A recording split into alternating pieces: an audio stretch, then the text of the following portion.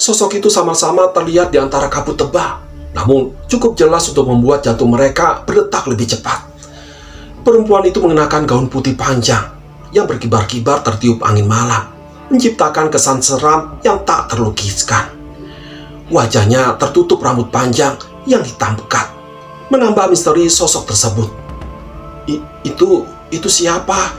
Tanya Maya dengan suara gemetar. Ia mencengkeram erat lengan Dika, mencari perlindungan dari sosok yang tak dikenal itu.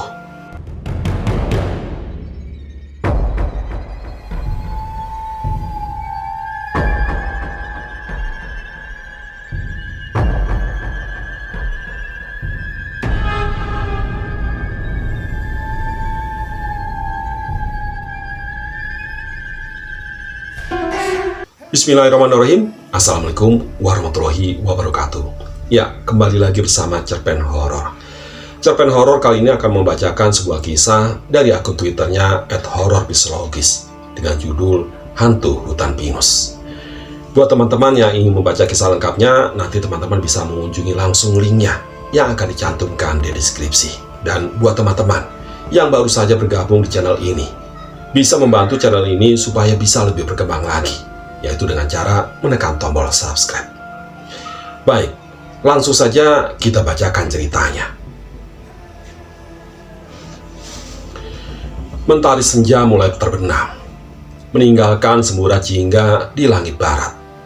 Angin sepoi-sepoi berembus menerpa wajah 4 sahabat yang sedang menikmati perjalanan malam mereka.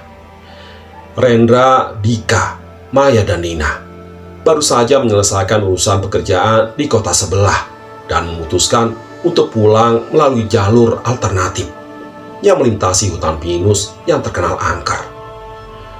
Jalanan aspal yang mulus berkelok-kelok mengikuti kontur perbukitan, menciptakan pemandangan yang memukau.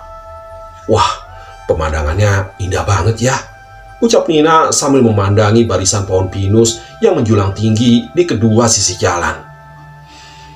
Cahaya matahari yang tersisa menyelinap di antara dedaunan, menciptakan pola-pola cahaya yang menari-nari. Iya, tapi sayang ya, udah mau gelap. Semoga aja kita nggak kenapa-napa, saut Maya yang mulai merasa sedikit cemas. Bayangan-bayangan pohon yang memanjang membuatnya teringat akan cerita-cerita horor yang pernah didengarnya tentang hutan ini. Tenang aja, Mai. Kita akan berempat. Lagian mobil Renda juga baru diservis kok, kata Dika berusaha menenangkan Maya. Ia melirik ke arah Rendra yang sedang fokus menyetir, berusaha meyakinkan diri sendiri bahwa semuanya akan baik-baik saja. Rendra yang sedang fokus menyetir hanya tersenyum mendengar percakapan teman-temannya. Ia sebenarnya juga merasa sedikit khawatir, tapi ia berusaha untuk tetap tenang dan berpikir positif.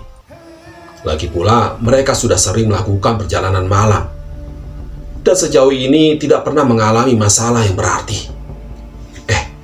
Ngomong-ngomong, kalian udah dengar cerita tentang hantu perempuan yang suka numpang di mobil yang lewat sini belum? Tanya Nina tiba-tiba. Suaranya yang pelan namun tegas memecah keheningan yang sempat menyelimuti mereka. Maya dan Dika langsung menoleh ke arah Nina dengan ekspresi terkejut. Sementara Rendra hanya menggelengkan kepala sambil menghela napas. Ia tahu bahwa Nina suka bercerita tentang hal-hal mistis, tapi ia tidak menyangka bahwa Nina akan membahasnya di saat seperti ini. Nina, kamu jangan nakut-nakutin dong, protes Maya.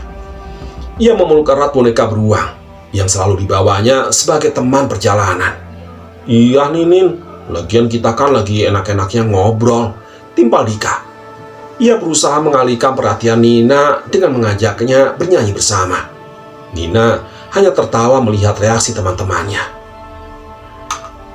Ia memang suka bercerita tentang hal-hal mistis, tapi ia tidak bermaksud untuk menakut-nakuti mereka. Ia hanya ingin berbagi cerita yang pernah didengarnya dari penduduk setempat. Iya deh, maaf ya. Aku cuma bercanda kok, ucap Nina sambil tersenyum. Ia kemudian melanjutkan ceritanya tentang hantu perempuan yang konon katanya sering menampakkan diri di hutan ini. Meski berusaha untuk tidak terpengaruh, Maya dan Dika tetap merasa merinding mendengar cerita Nina. Mereka mulai melihat sekeliling dan perasaan was-was, berharap tidak akan bertemu dengan sosok yang diceritakan oleh Nina. Rendra, yang semula berusaha untuk tidak memikirkan cerita Nina, kini mulai merasa sedikit tidak nyaman. Ia mempercepat laju mobilnya, berharap bisa segera keluar dari hutan ini sebelum hari semakin gelap. Perjalanan mereka terus berlanjut dengan diiringi canda tawa, berusaha mengusir suasana mencekam yang sempat tercipta. Namun tiba-tiba, suara mesin mobil Rendra mulai tersendat-sendat. Lampu-lampu di dashboard berkedap-kedip, dan mobil melambat dengan sendirinya. Aduh, ini kenapa nih Ren? Tanya Dika dengan nada panik. Ia mencengkeram erat pegangan pintu, merasakan jantungnya berdebar lebih cepat. Rendra mencoba menginjak pedal gas, tapi mesin mobil tidak merespon. Ia menepikan mobil ke bahu jalan yang sempit, berharap bisa menemukan penyebab masalahnya. Aduh, kayaknya akinya soak deh, ucap Rendra setelah memeriksa mesin mobilnya.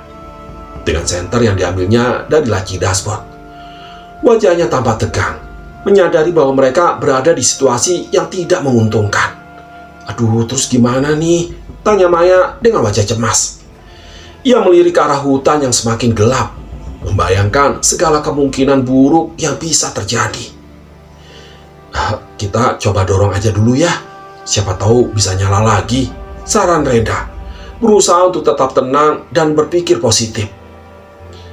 Mereka berempat pun keluar dari mobil, merasakan udara malam yang dingin menusuk kulit. Rendra membuka kap mesin, memastikan tidak ada kabel yang putus atau masalah lain yang terlihat. Dengan susah payah, mereka mulai mendorong mobil Rendra. Jalanan yang menanjak membuat tugas mereka semakin berat. Napas mereka terengah-engah, dan keringat mulai membasahi dahi mereka. Namun, usaha mereka sia-sia. Mobil tetap saja tidak mau menyala. Aduh, gimana nih? Udah mulai gelap, ucap Nina sambil melihat sekeliling. Langit yang tadinya masih menampilkan sedikit cahaya senja, kini telah berubah menjadi gelap gulita. Suara jangkrik dan binatang malam lainnya semakin terdengar jelas, menambah suasana semakin mencekam. Hutan pinus yang tadinya terlihat indah, kini tampak menyeramkan. Bayangan-bayangan pohon yang menari-nari diterpa angin membuat mereka merasa seperti sedang diawasi oleh makhluk tak kasat mata. Kita coba cari bantuan aja yuk, usul Dika, berusaha mengabaikan rasa takut yang mulai menyelimutinya. Tapi kan kita nggak tahu jalan. Terus kita kemana nih? Saut Maya. Suaranya bergetar. Ia merapatkan jaketnya, berusaha menghalau udara dingin yang semakin menusuk. Gini aja, kita coba jalan kaki aja ya. Siapa tahu kita ketemu orang, kata Rendra, berusaha memberikan semangat kepada teman-temannya. Ia tahu bahwa mereka harus segera menemukan bantuan sebelum hari semakin larut di situasi semakin berbahaya. Mereka berempat pun memutuskan untuk meninggalkan mobil dan berjalan kaki mencari bantuan. Rendra mengambil senter dan ponselnya, berharap bisa mendapatkan sinyal untuk menghubungi bantuan. Akhirnya mereka berjalan beriringan, saling menggenggam tangan, berusaha mengusir rasa takut yang semakin mencekam. Namun, setelah berjalan cukup jauh, mereka tidak menemukan siapapun. Jalanan setapak yang mereka lalui semakin sempit dan berliku-liku. Suara-suara binatang malam semakin terdengar jelas, membuat mereka semakin paranoid. Aduh, kita udah nyasar nih kayaknya, tanya Nina dengan suara gemetar. Ia merasa putus asa dan ingin menangis. Udah tenang Nin, kita pasti bisa keluar dari sini, ucap Rendra berusaha menenangkan Nina. Ia sendiri tidak yakin dengan ucapannya, tapi ia tidak ingin teman-temannya semakin panik. Mereka terus berjalan, berharap bisa menemukan tanda-tanda kehidupan. Namun yang mereka temukan hanyalah kegelapan dan kesunyian yang semakin mencekam. Malam semakin larut dan kabut tebal mulai turun, menyelimuti hutan pinus dengan aura mistis yang semakin kental. Udara terasa semakin dingin, menusuk tulang. Rendra dan teman-temannya mulai merasa putus asa. Langkah kaki mereka semakin berat dan napas mereka terengah-engah. Aduh, gimana nih? Kita nggak ketemu siapa-siapa, keluh Nina. Suaranya bergetar karena kelelahan dan ketakutan. Ia merapatkan jaketnya, berharap bisa menghalau udara dingin yang semakin menusuk. Udah sabar, Nin. Kita pasti bisa keluar dari sini, ucap Rendra berusaha menenangkan Nina. Ia sendiri mulai merasa cemas, tapi ia berusaha untuk tetap tegar demi teman-temannya. Tiba-tiba, mereka melihat sesosok perempuan berambut panjang berdiri di tengah jalan. Sosok itu sama-sama terlihat di antara kabut tebal, namun cukup jelas untuk membuat jantung mereka berdetak lebih cepat. Perempuan itu mengenakan gaun putih panjang yang berkibar-kibar tertiup angin malam, menciptakan kesan seram yang tak terlukiskan. Wajahnya tertutup rambut panjangnya yang hitam pekat, menambah misteri sosok tersebut. Itu siapa? Tanya Maya dengan suara gemetar. Ia mencengkeram erat lengan Dika, mencari pelindungan dari sosok yang tidak dikenal itu. Mereka berempat saling berpandangan dengan ekspresi ketakutan. Rasa lelah dan putus asa yang tadinya mendominasi kini tergantikan oleh rasa takut yang mencekam. Mereka tidak tahu harus berbuat apa. Apakah sosok itu manusia atau makhluk halus? Apakah ia berniat jahat atau hanya kebetulan lewat? Perempuan itu perlahan-lahan mendekati mereka. Langkah kakinya tidak menimbulkan suara. Angin malam yang berembus kencang seakan menjadi musik latar yang menambah suasana semakin mencekam. Rendra dan teman-temannya terpaku di tempat, tidak mampu bergerak atau bersuara. Ketika perempuan itu sudah berada beberapa meter di depan mereka, ia berhenti. Ia mengangkat kepalanya perlahan, memperlihatkan wajahnya yang pucat pasi. Matanya yang merah menyala, menatap tajam ke arah mereka, seolah bisa menembus jiwa mereka. Maya dan Nina tidak bisa menahan rasa takut mereka lagi. Mereka menjerit sekuat tenaga, lalu berlari tunggang langgang meninggalkan tempat itu. Dika yang tadinya berusaha untuk tetap tenang, akhirnya ikut berlari menyusul Maya dan Nina. Rendra tertinggal sendirian, berhadapan dengan sosok perempuan misterius itu. Ia ingin berlari, tapi kakinya terasa kaku. Ia ingin berteriak, tapi suaranya tercekat di tenggorokan. Ia hanya bisa menatap perempuan itu dengan perasaan takut yang luar biasa. Perempuan itu perlahan-lahan mendekati Rendra. Langkah kakinya tidak menimbulkan suara, seolah melayang di atas tanah. Kabut tebal yang menyelimuti mereka membuat sosok perempuan itu semakin terlihat menyeramkan. Rendra terpaku di tempat. Tubuhnya gemetar hebat. Ia ingin berlari tapi kakinya terasa kaku seperti terpaku di tanah. Ia ingin berteriak tapi suaranya tercekat di tenggorokan. Ketika perempuan itu sudah berada di depannya, Rendra bisa melihat dengan jelas wajahnya yang pucat pasi. Matanya sangat merah menyala menatap tajam ke arah Rendra, seolah ingin menghisap jiwanya. Bau anyir tercium dari tubuh perempuan itu, membuat Rendra mual dan pusing. Tolong, jangan sakiti aku, ucap Rendra dengan suara gemetar. Ia berusaha mundur, tapi kakinya tidak bisa bergerak. Perempuan itu tidak menjawab. Ia terus meratap Rendra dengan tatapan kosong. Tiba-tiba, perempuan itu menjulurkan tangannya yang kurus dan pucat ke arah Rendra. Rendra memejamkan mata, pasrah menerima nasibnya. Namun, ketika ia membuka mata, perempuan itu sudah menghilang. Rendra terduduk lemas di tanah, napasnya terengah-engah. Ia tidak tahu apakah ia bermimpi atau tidak, tapi ia bersyukur karena masih hidup. Rendra berusaha bangkit, tapi kakinya masih terasa lemas.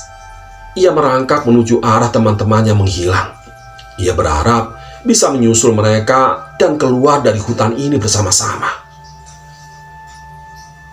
Setelah merangkak beberapa meter, Rendra mendengar suara jeritan Maya dan Nina. Ia mempercepat gerakannya, berharap bisa segera menemukan teman-temannya. Akhirnya, Rendra menemukan Maya dan Nina sedang bersembunyi di balik semak-semak. Mereka menangis terseduh-seduh. Wajah mereka pucat pasi. Dika tidak terlihat di sana. Lah, Dika mana? Tanya Rendra dengan suara terengah-engah. Dia... Maya tidak bisa melanjutkan kata-katanya. Ia hanya menunjuk ke arah jalan setapak dengan tangan gemetar. Rendra mengikuti arah yang ditunjuk oleh Maya. Ia melihat Dika berbaring tak sadarkan diri di tengah jalan. Rendra bergegas menghampiri Dika dan memeriksa kondisinya. Dika, bangun Dik. Teriak Rendra sambil menepuk-nepuk pipi Dika dan Dika tidak merespon. Rendra memeriksa denyut nadi Dika dan ia merasa lega karena Dika masih hidup. Rendra menggendong Dika dan membawanya ke tempat Maya dan Nina bersembunyi. Mereka bertiga saling berpelukan, berusaha menenangkan diri. Kita harus keluar dari sini, ucap Rendra dengan tegas. Ia tidak ingin mereka berlama-lama di hutan ini. Mereka bertiga berusaha bangkit dan melanjutkan perjalanan. Mereka berjalan dengan susah payah, membawa Dika yang tidak sadarkan diri. Mereka tidak tahu arah, tapi mereka berharap bisa segera menemukan jalan keluar. Setelah berjalan cukup lama, mereka melihat cahaya lampu di kejauhan. Mereka mempercepat langkah mereka, berharap cahaya itu berasal dari rumah penduduk. Ketika mereka sampai di sumber cahaya, mereka melihat sebuah rumah kecil yang terbuat dari kayu. Lampu minyak menyala di teras rumah, memberikan sedikit penerangan. Rendra mengetuk pintu rumah itu dengan hati-hati. Tidak lama kemudian, pintu terbuka dan seorang kakek-kakek tua muncul dari balik pintu. Siapa ya kalian? Tanya kakek itu dengan suara serak. Kami tersesat di hutan, kek. Tolong bantu kami, ucap Rendra. Kakek itu menatap mereka dengan tatapan curiga. Ia kemudian melihat Dika yang terbaring tak sadarkan diri di gendongan Rendra. Tolong bawa dia masuk, ucap kakek itu. Rendra dan teman-temannya membawa Dika masuk ke dalam rumah. Rumah itu sangat sederhana. Hanya ada satu ruangan yang berfungsi sebagai ruang tamu, kamar tidur, dan dapur. Kakek itu membantu Rendra membaringkan Dika di atas dipan kayu. Ia kemudian memeriksa kondisi Dika. Oh, dia hanya pingsan, tidak apa-apa, ucap kakek itu. Rendra dan teman-temannya merasa lega mendengar ucapan kakek itu. Mereka kemudian menceritakan kejadian yang mereka alami di hutan kepada kakek itu. Kakek itu mendengarkan cerita mereka dengan seksama. Ia kemudian berkata, "Kalian beruntung karena masih hidup. Hantu perempuan itu sangatlah berbahaya. Dia sering menampakkan diri di hutan ini dan mengganggu orang-orang yang lewat." Rendra dan teman-temannya saling berpandangan dengan ekspresi ketakutan. Mereka tidak menyangka bahwa mereka baru saja bertemu dengan hantu yang sangat berbahaya. Ya, demikianlah cerpen horor kali ini. Sampai ketemu lagi di cerpen horor berikutnya. Terima kasih. Assalamualaikum warahmatullahi wabarakatuh.